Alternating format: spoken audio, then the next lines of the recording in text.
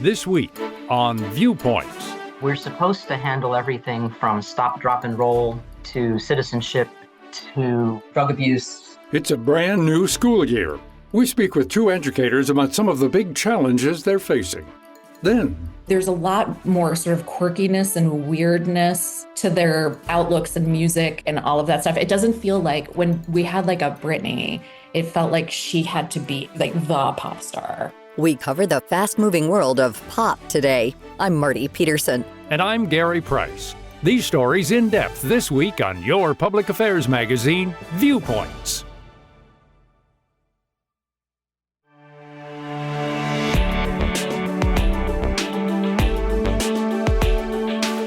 The first day of school always starts the same way in Lindsay's classroom. A neat row of desks, a large stack of name tags, fresh supplies, and a tidy space to start off the new year. It's a moment she and other teachers have been preparing for weeks.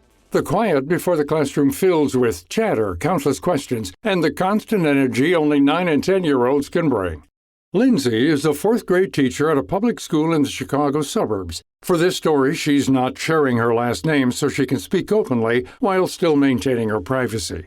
Lindsay's been an elementary school teacher for several years now and says that every class brings its own joys and surprises, as well as challenges. Over the last few years, one of the biggest issues hasn't been about lesson plans or standardized testing, but what students bring into the classroom. I want to say at least 50% of my students had an iPhone. Some had like some lower version of a phone, but it was still a smartphone. And then I'd say the rest had Apple Watches of some kind. And I think only, honestly, maybe a handful of students had no access to any kind of smart technology at all during the day, which it was interesting. I had a student one year who I was in the middle of teaching and he got up and started to walk away. And I was like, "Where are you going, my friend?" And he was like, "Oh, my mom texted me to go tell my sister this." And I was like, "Oh, my friend, that I understand that the technology can be very convenient for communication and everything, but sometimes I do feel as though it's distracting." In her district, the rules are clear. Phones stay off and out of sight during the day, but that doesn't mean the influence of screens stops once school starts. What happens online, both after school and on weekends, often bleeds into learning. And on social media, a conflict or an instance of bullying can head down a slippery slope very quickly. In a matter of minutes, a mean comment or a picture can be viewed, reshared, and commented on dozens of times. This commentary then makes its way into classroom chatter. Social media and the iPhones is a problem. Like there was those TikTok challenges or TikTok trends where kids were like stealing things from bathrooms. And we had a kid on camera steal the soap dispenser. He got in a bunch of trouble. You know, the kids are just, I think, sometimes more focused on what would be funny, what would make their friends laugh, what would be like cool to post on social media, as opposed to sometimes, I mean, at the young age, they don't understand the consequences of those actions, even, like Snapchat groups and all this stuff. As an educator, Lindsay says it's a delicate balance between reacting to what happens at school versus what happens at home. Teachers trying not to step on parents' toes, but sometimes what happens online outside of the school day bleeds into the classroom, and that may warrant a larger conversation. And the one thing that stresses me out toward the beginning of the year is always, of course, the first phone call, first contact home. I always try to make positive so the parents know, we're on a team here to support your student. But the first time you have to call home because a student did something that requires a conversation between me and the guardian, you're not sure what kind of support you're going to get from that phone call. So that's always, that first phone call home for the not positive reason is always a hard one because you don't know what the response is going to be, kind of how you should approach the situation. Of course, I'm always approaching the situation as, we're a team. I'd like to talk about this, let's work it out together. But sometimes the response isn't what you expect. She talks about one instance where a group of students were on a social media platform and were ganging up on a peer. It became a problem where parents were calling me, asking me about it. I was unaware that this existed. So, I had to come up to administration, talk to them about it, because again, it is something that's at home. However, it's affecting students and their mental well-being in school, or just even their mental well-being at all. So that's a hard conversation to have. I had a parent crying on the phone to me about how their daughter was so upset. And, you never want to hear that. You never want to hear that a child is so incredibly upset because another child is being unkind to them. And in Illinois, where Lindsay teaches, schools have just one day to act and get ahead of the situation when bullying is seen or reported. Lindsay says this new multi-step policy is important, but adds a new kind of pressure to an already busy job where there aren't enough hours in a day. One person who understands this juggling act is elementary school principal Kathleen Corley. She's a 40-year veteran in elementary education and is the principal at Red Cedar Elementary in Bluffton, South Carolina. Over the years, she's seen the role of educators expand in ways few could have predicted. There are children who are influenced so greatly by their electronics that they don't really, honestly, live in our world anymore unless we really bring them back to talk about what is true and what is not true. Every school and circumstance is different, but she's seen firsthand how teachers routinely do so much more than teach. Sometimes they step into the role of a school counselor and help mediate a conflict that began online. Sometimes they're a friend who's there to listen and give advice. Sometimes there isn't a distinct category that they fall into. When it comes to keeping students in check about technology use, in Corley's district, most of them own a phone by 4th or 5th grade, but to lessen distractions, these devices aren't allowed out at all during the school day, not even at lunch. She says the goal isn't punishment, it's to give kids the space to practice real face-to-face interaction and connection. One movement that's gaining steam is called the Wait Until 8th initiative, where parents delay giving their child a smartphone until 8th grade. This delays social media use, and in the meantime, kids can still get in touch with family and friends by texting or calling on a basic old-school phone. She says there's many different routes to limiting smartphone and social media use and highlights this example too. Our music teacher has 5 children. He has a vault that's plexiglass, and the phones go in the vault, and they're locked, and they're allowed out for, I think he said, 45 minutes a day. And he's got high school kids. They must think that their parents are ogres of some type. They will come out of this a lot more positively than some of their peers. It's a rule that starts at home, but one Corley believes can shape better habits at school, too. And as millions of teachers make their way through the first month of the new school year, it's not just about managing lesson plans. It's the daily juggling act of academics, safety, and meeting the social-emotional needs of every child on their roster. We're supposed to handle everything from stop, drop, and roll to citizenship to drug abuse to math, being fluent in at least 2 languages. All of that comes to school. The reality is that every year brings a unique set of hurdles, from curriculum shifts and tech disruptions to the personal struggles students carry with them. It's exhausting, unpredictable work. Yet Lindsay says the rewards still far outweigh the obstacles. We put so much of our heart and soul into this job, and I think that 99% of the teachers that I know and work with and everything are doing absolutely everything they can to be the best for their students and do everything they can for their students. And it is a job that I really love, no matter the challenges. And it does get hard at times, but I think looking back, whenever I think I'm having a hard time, I still think that there's no other job I'd rather be in right now. To find out more about this topic and our guests, Kathleen Corley and Lindsay, visit viewpointsradio.org. Stay tuned for part 2 of the story next week. For more behind the scenes and to support our show, check out Viewpoints Radio on X, Facebook, and Instagram. This segment was written and produced by Amira Zaveri. Our studio manager is Jason Dickey. I'm Gary Price.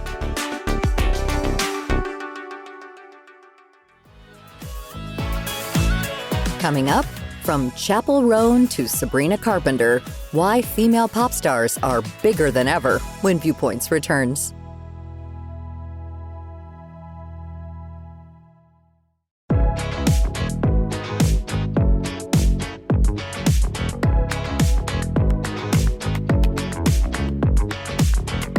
Who's your favorite pop diva? From Sabrina Carpenter to Beyoncé, each brings a different talent and style to the global stage. But just a few decades ago, this kind of superstardom for women in music was rare. So how'd we get here? Jennifer Cation Armstrong is a pop culture historian and author of Pop Star Goddesses. She says the female pop star persona we know today didn't take off until the 1980s. Before big names like Taylor Swift and Chappell Roan, there was Madonna, Cyndi Lauper, Pat Benatar, and many others who laid the foundation for modern pop music. We get into this more sort of dancey, poppy, the way we think of it, versus when it used to be that the Beatles were pop music. You know what I mean? When it was basically rock and pop were kind of smushed together. So the 80s, we come out of that, and suddenly we have these huge stars. Armstrong credits several women with shaping pop music during this time. But she says one iconic singer stands out from all the rest. Madonna was really the OG of what we now think of as the job requirements of especially female pop stars. She's really built the mold that then people kind of maybe could never quite live up to, but would take pieces of. And so she wasn't just singing songs. She wasn't just dancing around. She had a vision for herself. She had eras, as we call them now. She always had image with content. She was always giving you a 360-degree kind of picture of what she was trying to convey at that moment. And that could change, as we saw. And that's how she survived. But it's if you go back to something like the 60s or the 50s, when we also had pop stars, it's they were just singing songs and then going about their lives. Madonna made it a whole all-encompassing thing. And I would say it raised the bar. Like Armstrong mentioned, Madonna was the first musician to embrace the idea of having a unique era for each album. These eras are like themed chapters in a pop star's career, each with its own sound, style, and persona. Taylor Swift took this to a new level with her recent Eras tour, where she featured a unique set for each of her 11 studio albums. Swift performed 149 shows over a span of almost 2 years. By the tour's end, it broke every record, raking in more than $2 billion from ticket sales and hundreds of millions of dollars more from merchandise revenue. Armstrong believes the sheer success of this format shows how many fans today are invested in more than just the music. This can cover anything from their personal life to relationships to fashion to how they feel about certain topics. However, Armstrong says this often only matters as much for female pop stars. They are the 360 experience, whereas Justin Bieber doesn't have to do that. Justin Timberlake certainly isn't currently doing it. They do still get to, the men a lot of times kind of just have their music and go about their lives, whereas the women really become these multimedia experiences. And of course, Taylor Swift is the gold standard now. And you know, even though she's very different from Madonna, you can also see that they're extremely similar in the approach of I'm going to give you everything. I am the biggest entertainer in the world, and I am working hard for it. And also it is paying off for me. And recently, this interest has extended far beyond what they're wearing or who they're dating. In the 2010s, many fans started expecting celebrities to speak up about politics and social issues. This was a tough change to navigate for singers like Swift, who had historically stayed out of politics. But now, more entertainers are vocal about these topics and sometimes publicly endorse political candidates. While Armstrong supports pop stars using their platforms to raise awareness, she worries that some fans prioritize messages from celebrities over insights from actual experts or news sources. Another job requirement became feminism. We all of a sudden started to see journalists just ask them on the red carpet, "Are you a feminist?" It would grab a headline on the internet. And that was really the key to this whole thing. And so we got this kind of on the one hand, yes, I love when my pop stars are feminist.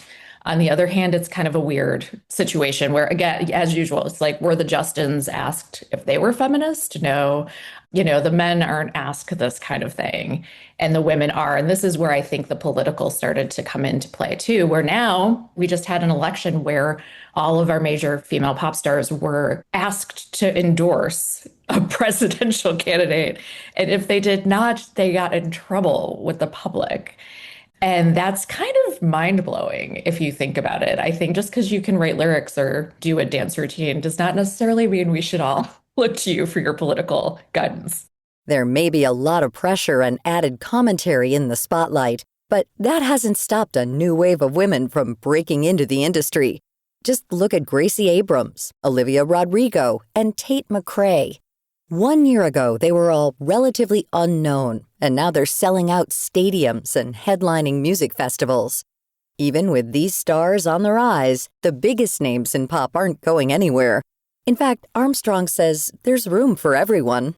We're definitely in the Chappell Sabrina era, right? I mean, of course, there's still Beyonce and Taylor, but they are so unthinkably big that it's they're just everywhere.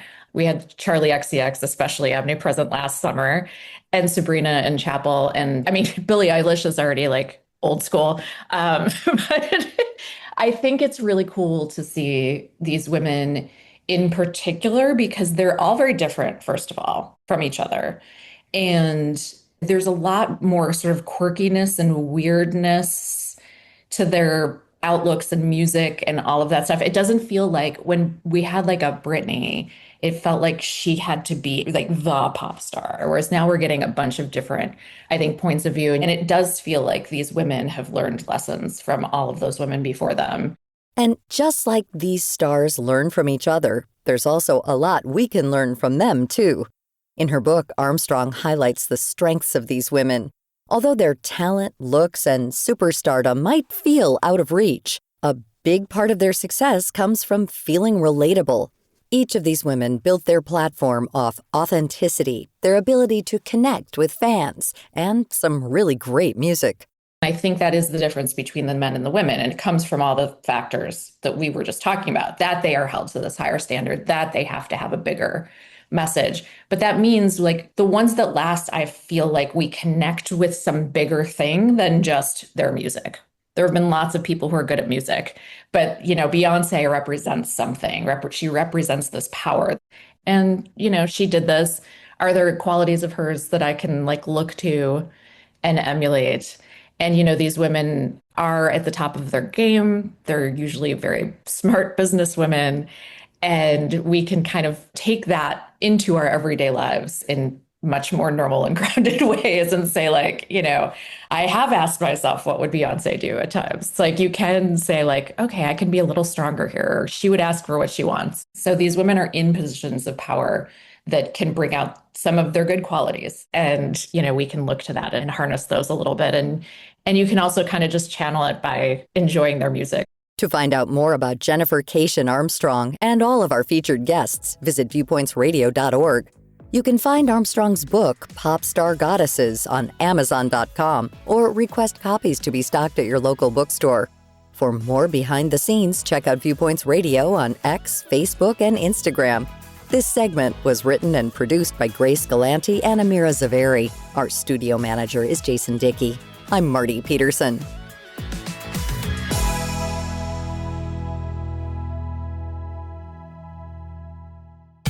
Viewpoints returns in just a moment.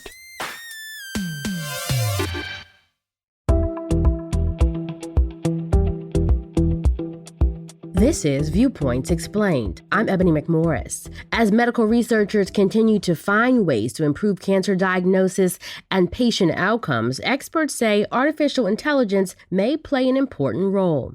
According to the latest annual report from the American Association for Cancer Research, cancer death rates in the U.S. have dropped by about 33%, but the disease is also becoming more common and increasingly affecting young people. It is estimated that more than 2 million people in the U.S. will be diagnosed with new cases of cancer this year alone. Researchers are now looking to AI to help improve the speed, accuracy, and reliability of cancer screening and detection.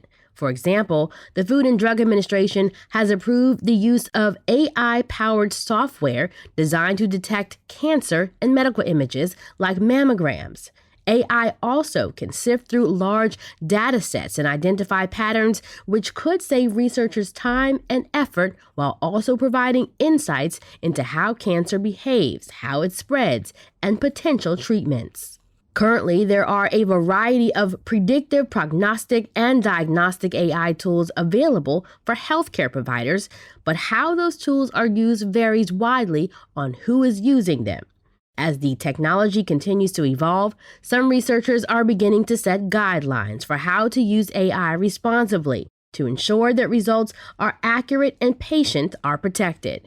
For now, we'll have to wait and see how artificial intelligence could improve health outcomes for cancer patients. And that's Viewpoints explained for this week. More in a moment.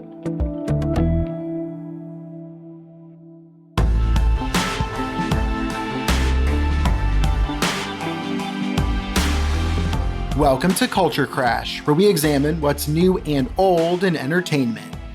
In 2022, former internet sketch comic Zach Cregger took the horror world by storm with his $4 million film Barbarian.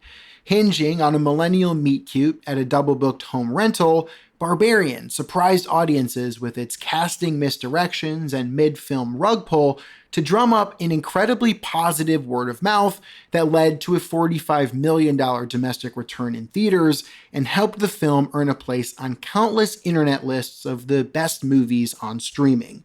Now, Cregger is back with his latest film, Weapons, which hit it big at the box office and seemingly solidifies Cregger as one of the most exciting voices in horror, alongside directors like Jordan Peele, Ari Aster, and Robert Eggers. Weapons begins in the direct aftermath of a mass disappearance. An entire elementary school class, minus one student, walked outside of their homes one night, ran off into the distance, and didn't come home. As the town demands answers and looks for who to blame, the audience is taken on a surprising, terrifying, and totally engrossing journey through the perspectives of several citizens who are circling the case. Cregger has cited Paul Thomas Anderson's Magnolia for its shifting narrative perspective and Aster's Hereditary for its modern horror mastery as influences on the film, and I'd cite Stephen King's small-town classics like Salem's Lot and Needful Things as stories that give similar vibes to Weapons. That is to say, this is exactly the kind of thing I live for. Weapons is the most fun I've had at the movies this year. I watched it in a packed audience that inhaled with every new horrifying image and laughed loudly with every storytelling curveball. With star turns from Ozark alum Julia Garner, Oppenheimer standout Alden Ehrenreich, and Academy Award nominee Josh Brolin, Weapons might just be the newest entry in the 2020s horror pantheon. I'm Evan Rook.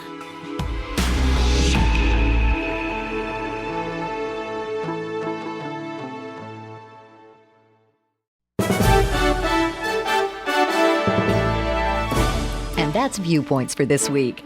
Follow us on Twitter, Facebook, and Instagram to learn more about upcoming shows and find a library of past programs on Apple Podcasts, Google Play, and Spotify. Plus, you'll always find previous segments and more information about our guests at viewpointsradio.org. Join us again next week for another edition of Viewpoints.